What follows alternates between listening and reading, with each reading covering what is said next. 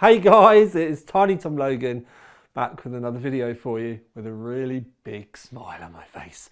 And you're just going to have to get yourself comfy to find out why, because we have a lot to cover. I have 4 graphics cards for us to talk about today. I don't really see the point in splitting these out into individual reviews, because in reality there's something for everyone kind of here. Now, if you do want to go and have a look at the OC3D website, you can go and see all the graphs and everything there. I want to say that very early on. I also want to say, don't forget you can pause. There is an awful lot of information for us to digest in these reviews because it is important for us to compare to as many cards as possible. Some other reviews put in there, compared to a 7900 GRE and a 5070 Ti. Well, you can see in our graphs it's compared to flipping everything. And if you don't see a 5090 at the top of the graph, it's normally because it's slightly further down because the 4090 was just faster in that game.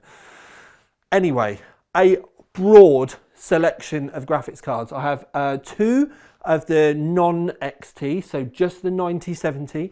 I've got the Prime from Asus, plastic shroud, but actually a pretty decent design from Asus, if I'm honest.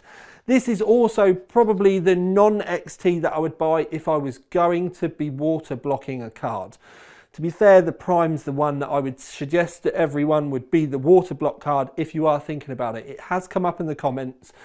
You can also see that the Prime has got a power slot missing because it would have had an extra power slot if it was the fully XT mode one.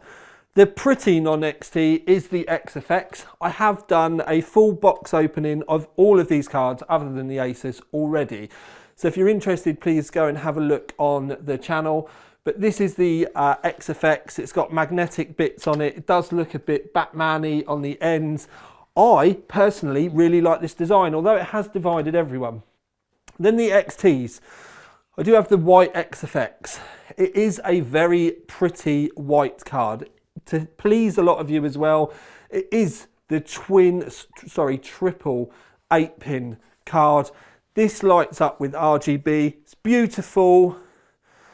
But the one that's divided opinion throughout everyone is the Sapphire Nitro Plus. And it is because it took Sapphire to be the card manufacturer to do 12 VH 2x6 correctly. Now, very early on, a lot of people have said, I'll never use that connector because it's going to catch fire. I'll never use that connector because it's up against the heatsink. It's going to get too hot. Some people said cooling.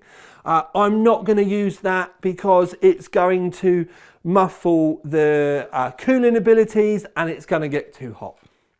Now, right from the start, we're going to bring up the power graph.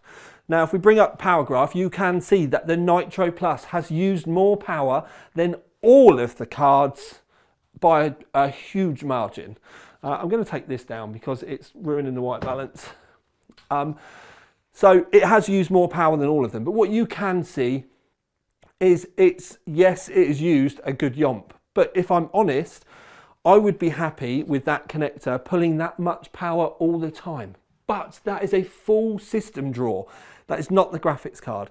The graphics card itself was pulling about 350 watts. That's almost 50% of what they say the 12 VH 2x6 is capable of. So this should not be a problem. You are still going to need to keep an eye on your cables, but not to the extent of pulling 600 watts. The connector that it came with was nice and it was longer, but would I still use a proper 12 VH to 12 VH? Yes, I would. Does the 12 VH on this card worry me? Not at all. I do know there are shunt resistors on this. There are only 2 though. A lot of you have been again commenting about, well, that's not going to be enough because there's 12 cables. But there are 12 ground cables. Sorry, there are 6 ground cables. There are 6 power cables. So you only have 6. So the shunt resistors are to be shared between the 6. And Igor is the man to explain to you about that. I am not going to pretend to be as clever as Igor. I'm just going to say this card does not concern me one iota. I would happily run this card in my own rig with a 12 VH and not worry one bit. The 12VH, effectively what they've managed to do with that is make a tidy looking graphics card. If it had 3 8-pins on it, then it would have looked horrible. All they have done is effectively done it correctly. We have a smart looking card with a small footprint for the power, and all of the scaremongering out there is only really for some of the 5080s, but the 5090s and older power cables. It isn't a concern for this at all. So please just go and have a Valium, go and take some CBD oil, have a chill pill, just cool your jets. This isn't a problem. I actually think that the XFX, if the XFX had a 12VH PWR on here, it would have made this look even better as well. It's just when Nvidia try and pull 600 watts through a cable that's only capable of 660 watts, and the cable is faulty, worn, used anyway. But we'll move on. So, temperatures throughout were actually, as you've seen, amazing. I'm also going to say that, like I've said, the power just wasn't a problem at all. Power for something around this price point, I actually thought they were doing really well for efficiency as well.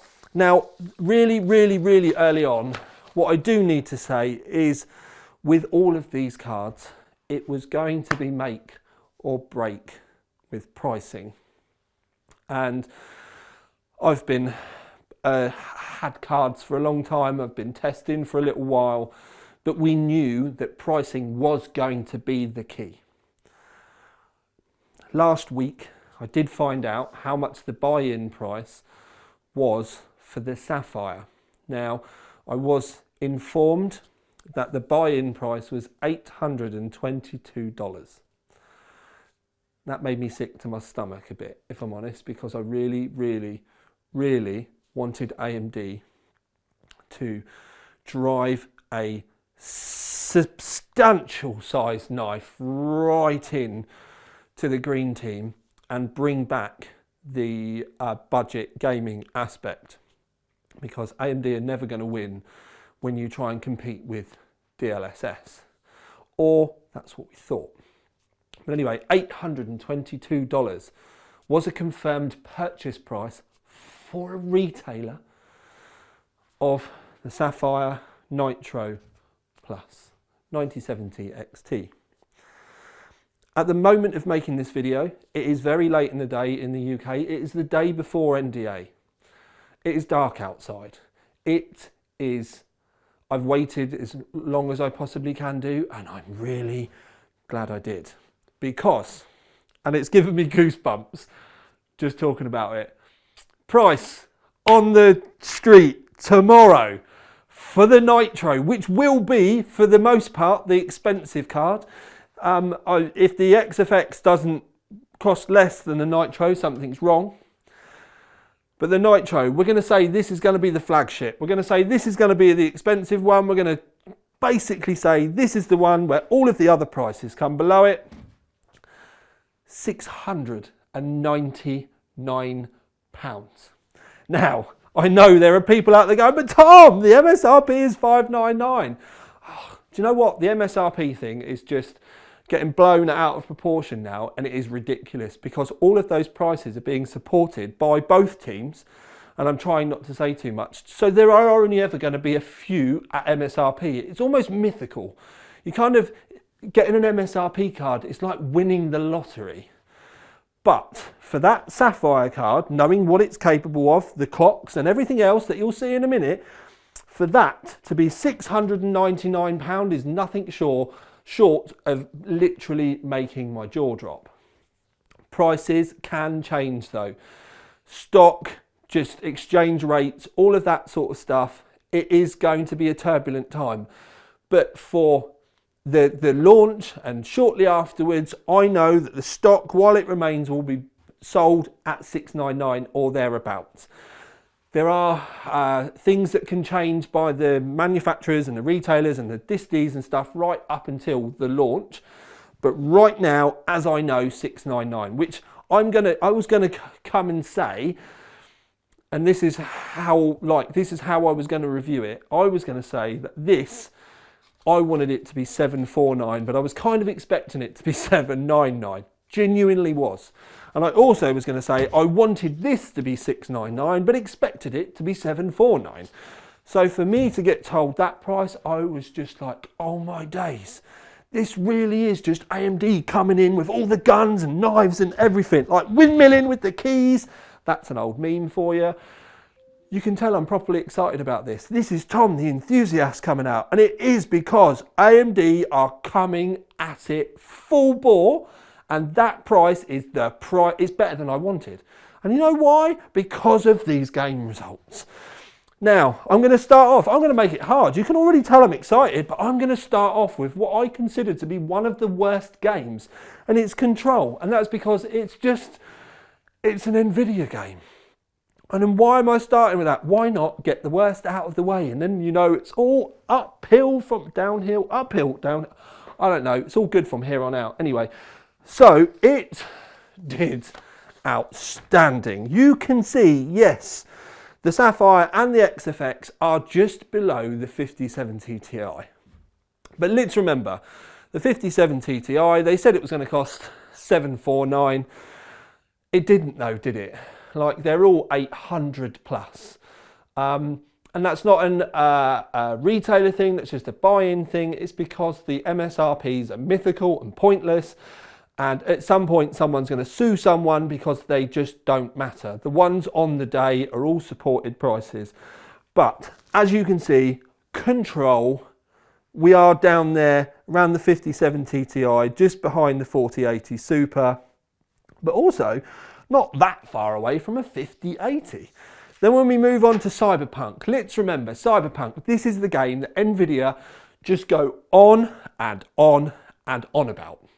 Because there are so many settings and it does so many, they've thrown all the ray tracing toys at it that they possibly can do to cripple frame rate so that we need multi-frame gen.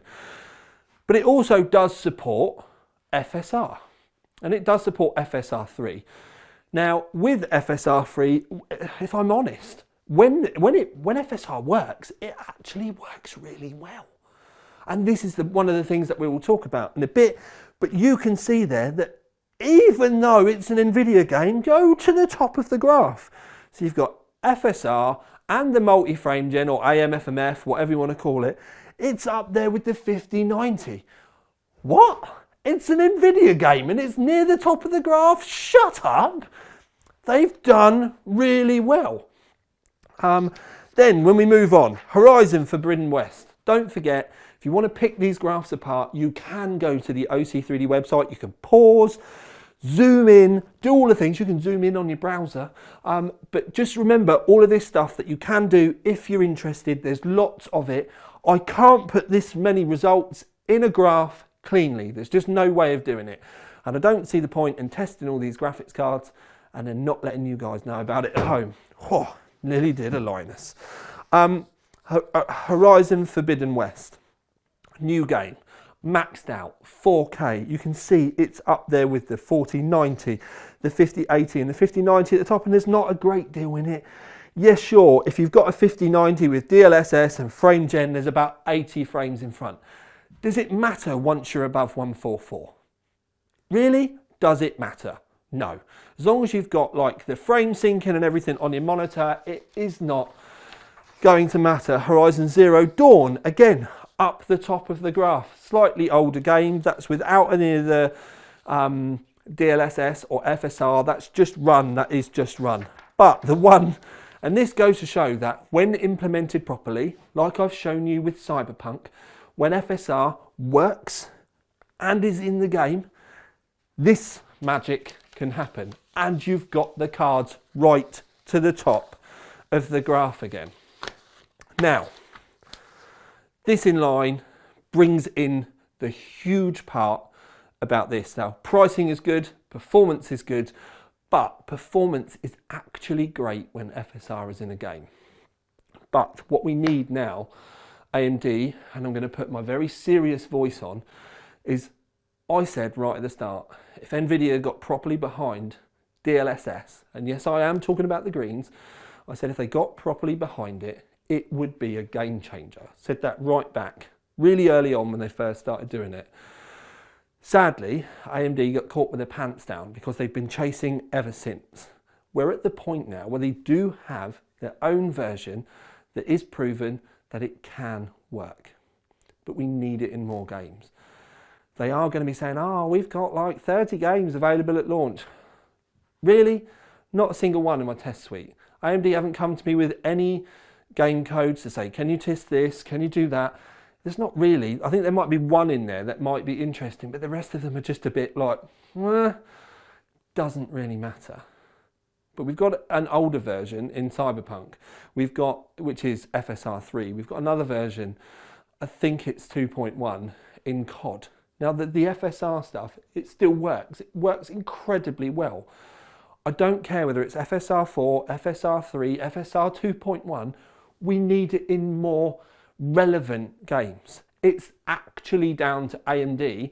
These cards could be way more relevant.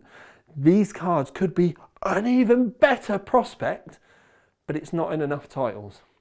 The majority of the titles are all ports from PlayStation, and it's all pretty much pointless. Like, genuinely, go and have a look. The majority of them are all PlayStation ports. It's not good enough. Now, that's down to AMD. Now, I'm going out there like, this is a very brave point for me to take, where I'm saying, as an enthusiast, as someone willing AMD on, I want you to bring these to more titles, because when it works so well. And we are quite clearly now in software wars. And if we're in software wars, we can't let the Greens just run off with it, throwing money away around left, right and centre. What we need is AMD, whoever it is that's meant to be doing this with the game developers, maybe get them some help. Maybe get a cattle prod. Maybe go and get a taser. Wake some people up. Bang some heads. Because if you can get this sort of performance in more games, then it's an absolute no-brainer. It's an incredibly good prospect now. I would actually say that once you've gone past Intel, which is the ARC, I think the next step up at the moment, valid, is going to be either one of these, although I still think it's a very difficult thing for me to say go and buy the non-XT, when for a little bit more you can get so much more performance, as we've seen today. And I've not done a full review on the 5070, but I think, or the 5070, but I think the 5070 should have been named the 5060, and I think that the 5070 Ti should have been named the 5070. Like, they all needed moving down the stack, including the pricing, and then that would have made things a little bit more interesting. But at the moment, these are the mid-range, and I know mid-range at 699 is a wild prospect, but these are the mid-range winners. Like, this and this are absolute no-brainers.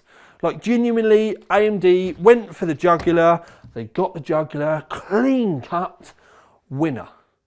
But we just need some more games to make it even worse, because at that point, AMD, you're not only going for the jugular, but you're pouring salt on it, you're opening the wound up, you're pouring TCP down. And that's what we want. We need to get some of this drive back. So, for me, AMD, congratulations. AMD software team, whoever's talking to the devs, you boys and girls have got a lot of work to do, because it's not good enough at the moment. It's on your school report, we're going to put, please try harder. Done well, but please try harder. The rest of the team, you guys are getting an A. Not quite an A star, because we would like a little bit more. And we'd like to keep the pricing down at this point as well. Now, has been a very long review, has been a very varied review as well. But what I did want to drive home was, this is amazing. There's slight room for improvement on a few bits and bobs, and a lot of it is going to depend on what happens with the prices over the next few weeks. But for now, this is the king of the hill. This is the amazing one. Sapphire, why haven't you done a white one? This is going to be a pain in the bum for me to paint. I will if I have to, though. XFX, beautiful, love it, but it has caused a bit of controversy because some people don't like the outlandish colouring and design on it. I personally think this is one of the nicest white cards I've ever seen, and really easy for you to keep clean as well.